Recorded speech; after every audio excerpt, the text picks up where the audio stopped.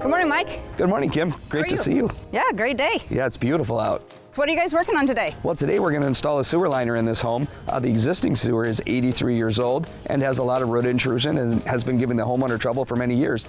We're going to camera the sewer. We're going to see what it looks like and see what kind of repairs it needs. So we'll start with this camera.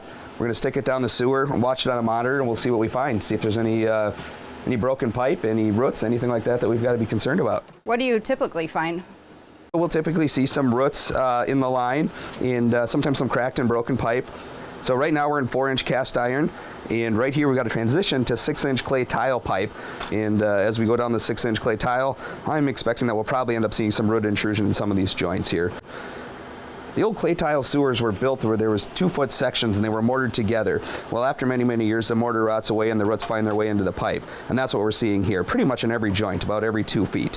So we'll have to get these cleaned out and get them cleaned out, and then we'll put a new liner inside of this pipe and make it new again and hopefully be good for another 100 years.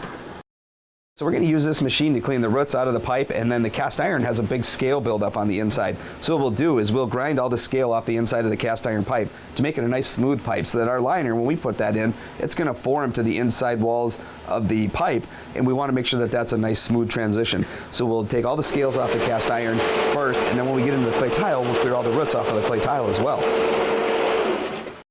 So what happens now that the pipe's clean and the roots are all cleaned out?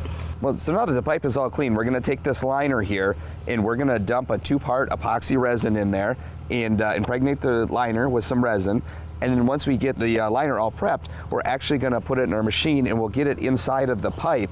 So it'll push all the way inside of the pipe like this. And this won't cause any issues where the pipe has an opening? It won't. What we'll be able to do is blow it up against the sidewall of the pipe and seal that off. Very similar to how this is done here. This is a little smaller version, but it actually fills in the hole and we'll make it one continuous piece of pipe with no holes in it or anything. And once we get this in, what we'll do is we'll put a bladder inside of it. Here's our bladder, and that will go inside. So it's like a rubber bladder. That will go inside of this liner, and we'll blow it up against the sidewalls of the pipe. As you can see, it's starting to grow slowly, and we'll get it to go right down the pipe into place. Here it comes. Oh. And there we go. Now we've got it into place. This is the liner. It's already into the host pipe. We have our 2-part epoxy resin in here. That's the blue part. We'll blow this up against the sidewalls of the pipe, and then it will cure into place.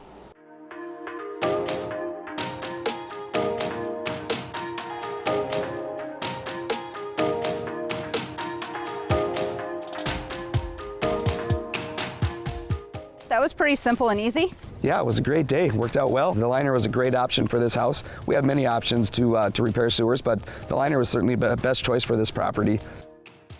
For more information on inflow and infiltration, check out this website.